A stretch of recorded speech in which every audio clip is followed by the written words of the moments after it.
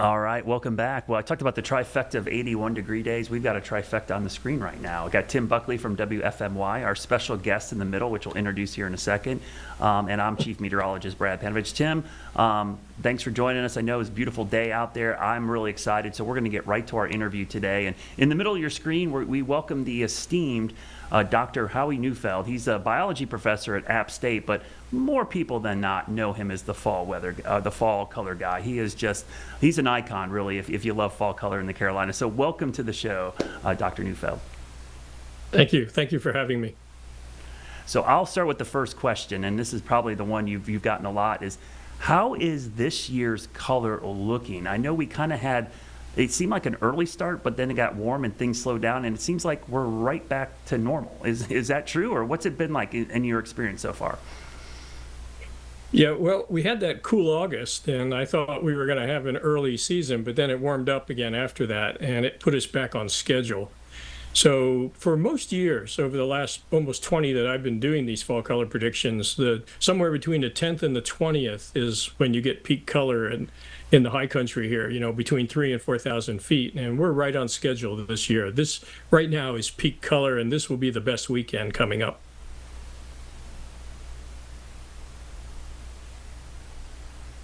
Greensboro. I took a drive up there on Monday and read along all the popular spots. I know you keep posting these pictures every day. To me, it looks like the color is about as vibrant as you would want it to be. Maybe not the best. I know you've said in some of your posts there have been some years that have been a little bit better, but certainly plenty that have been a little bit worse. If you had to give anybody advice that was traveling from the Triad or the Charlotte area coming up Saturday or Sunday, where would you advise them to go? Well, right now we're seeing great color anywhere in the Boone to Grandfather Mountain, Linville Falls region. So and that's a very popular part of the Parkway too, especially the Lynn Cove Viaduct. And yeah, you were talking about the quality of the color. I've been rating it a 6 or a 7 this year. As a comparison, 2022 was probably one of our best years in decades, and so that would be a 10. It's still good. 6 and 7 means we still have really good color. It's just the reds aren't quite as vibrant this year maybe as in past. And we are seeing a few trees dropping leaves a little early. As Brad has said, we've got this long drought. This is about the longest I can remember that has occurred right during the fall color season. But you can go most places on the Parkway if you're at an elevation, as Brad mentioned, between 3,000 and 4,000 feet, and then check the overlooks. So you can go all the way down to Cashiers and Highlands. But now the good news is, too, that the Parkway has opened from Boone all the way to the Virginia border. And so if you want to go up that way, you can also go to Downton Park and Jeffers Park, and you can get some great fall color up there. Yeah, it just seems like the color's been amazing on the Parkway this week. Question I have here, and this is kind of science part of this, and this is what you dive into a lot in your field of study. What are the main factors that really drive the vibrancy of the fall color here in North Carolina? I always tell people it's two things. One, the shortening of the days, of course, and then the temperature. And the best color comes out when you have a period of time, about a month before peak color, say starting in mid-September going into October, when you have a preponderance of cool sunny days and cool nights. And if you get that happening, then you're going to get the much brighter reds that everybody always talks about. And if it's warm or if it's cloudy for that period of time, you'll have less intense red colors. So this year, we've had pretty much mostly sunny days, and the one thing that's different this year is that we've had a more severe drought than in past years.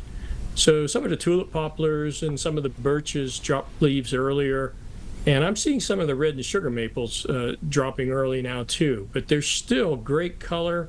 It's kind of patchy, so you need to drive along the Parkway, and when you get to an overlook, check it out, and some will be good and some will be less colorful, but you can still have a good experience up here. One of the things that you've mentioned in the past that I've found really interesting is just noting that North Carolina as a whole tends to have one of the longest fall color seasons of anywhere in the country, or maybe the world, like you said. Can you elaborate on that a little bit? Sure. So colors start at the high elevations because it's cooler up there. And each week, the wave of color will move down the mountain. And so you start to see color of the birches and the other trees that are at the high elevations in late September. And then each week, that color wave moves down till you get to the parkway, 3,000 or 4,000 feet. And then in the latter part of October, it moves into the foothills. And then once you get into November, it moves into places that are below 2,000 feet in the Piedmont. And you can just keep following it right all the way across North Carolina till you get to the coast where you may have color happening around Thanksgiving. So if you think about it, that's about 9 weeks of fall color if you track it all the way from the western part of the state to the eastern part, compared to, say, New England, which might be 2 or 3 weeks at the most. So we have a great opportunity of seeing color. So if you miss it in one area, you can just go to somewhere else and you'll still see color. Yeah, it sounds like I have a good retirement plan. I'm just going to rent an RV and move from the mountains to the coast throughout that 9-week period. You bring that up. Like, how far south do you see fall color in the United States? Because I think people often wonder how far south to where you get to where there's no more deciduous trees where you're going to have fall color. Is there a cutoff, and has that line been moving north over time? Well, yeah, you would think it would be moving north if we had a lot of warming. Call me on this if I'm wrong, Brad, because you know the weather better than I do. But this area, the southeast, is known as a warming hole. We've had very little warming compared to other parts of the country.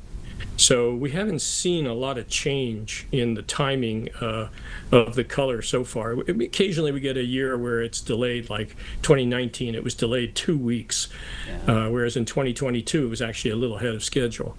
But in terms of going far south, I say once you get through below, well, you can have color all the way into the Piedmonts, just that you have a different quality of color because you have different species of tree. It's more oak hickory, and you get a lot more of the pines, which of course are evergreen. So I would say once you get below the foothills, that's kind of where I would drop off the quality of the color compared to what you have in the mountains. But most of the states east of the Mississippi have good fall color somewhere in the state. So it's a huge tourist attraction in this part of the country. And in the Asheville area and in western North Carolina in general, it's the busiest tourist season for the state. So it's very important, and economically it brings, not millions, but billions of dollars to the economy of states that have good fall color. And so good to see it this season rebounding this year after all the devastation of last year with Hurricane Helene. Have you noticed any impact? I noticed a lot of scars on some mountains just driving around on Monday. What have you noticed in the bounce back this fall from Helene with the fall colors? Well, the good news is if the trees withstood the hurricane and are standing, they're going to be just fine this year. But of course, the hurricane took down a lot of trees. It affected trees on over 822,000 acres of land, which is 60% bigger than Great Smoky Mountains National Park. And if we think that maybe the larger trees, 12 inches or more in diameter, were the ones that were providing fall color on those patches of land, we're talking maybe up to 17 million trees were downed by the hurricane.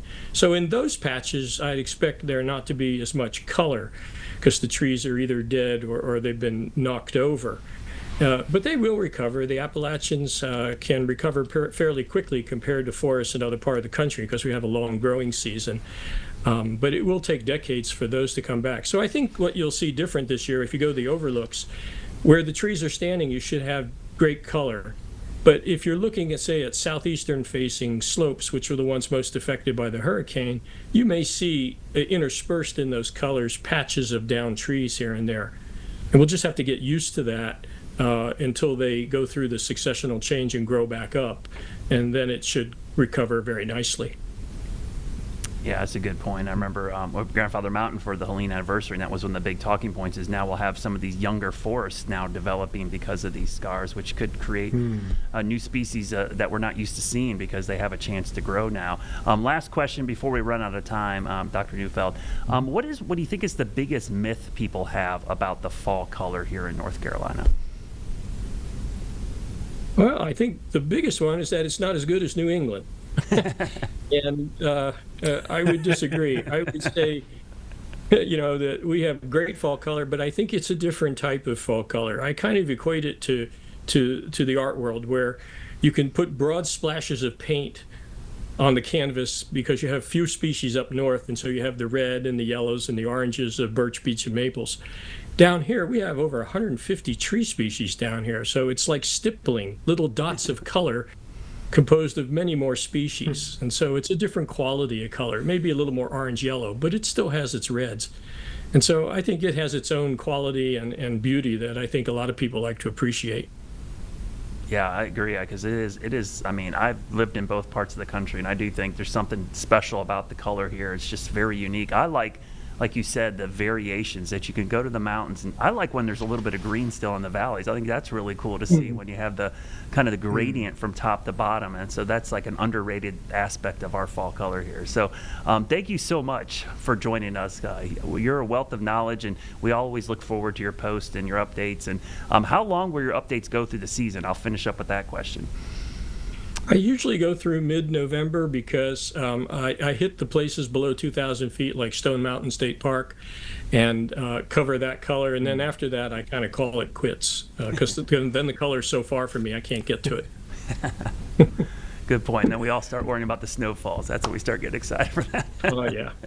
Well, thank you so much for joining us. And if you guys aren't familiar with the fall color guy, make sure you follow him online. He gives great updates. Dr. Neufeld, thank you so much for all your hard work. Thank you for having me. All right, Tim, so let's talk about it. It's a busy weekend up there in the mountains this weekend. I mean, 3,500 seems to be the sweet spot. He said between 3,000 and 4,000 feet. And could we not have picked a more busy weekend in the mountains? So what are you thinking about this weekend? Where would you go if you were heading up there? And take into account, there's a lot of crowds in certain parts. So this is all a personal preference. I love fall color. I hate crowds, and so this is a really tough thing. I wonder if you can probably find, some more rural routes. Yeah. So if you avoid the parkway, and gosh, that's such a tough thing to do because that's where you want to be. But maybe you get to the good color and then you kind of take some diversions. You can just drive up there as long as you have your cell service to route you back to where you'd like to go. But I wonder if taking those more rural routes would be a good option. So one thing I did on Monday is I drove from the Parkway up to Roan Mountain, which is a nice spot. Not so much for color, but just a good place to go hiking. And the roads in between through Spruce Pine and Newland and these areas, beautiful color. And then you're just through neighborhoods and stuff like that. But, maybe that's a good option if you don't want to be dealing with the parking lots and all that stuff that get overflowed. Yeah, I just think near the Banner Elk area, Valley Crucis, Boone area is probably going to be packed with all those activities. I think Ashe County might be the way to go. As he mentioned, now the Blue Ridge is open to the Virginia line. That might be a good way to go this weekend because Ashe County is gorgeous. I think it's very underrated. And if you love cheese curds, those are the best cheese curds outside of Wisconsin up there in Ashe County because so many dairy farms, and it is absolutely gorgeous up there. All the way up to Grayson Highlands State Park up there in Mount Rogers. That's a beautiful area if you want to nose into western parts of Virginia up there. So it's going to be a crazy weekend. I can't believe the number of things going on all during peak color. And it seems like he said, Tim, this year, we thought we'd have this early start, and all of a sudden we end up everything's right back where it's supposed to be.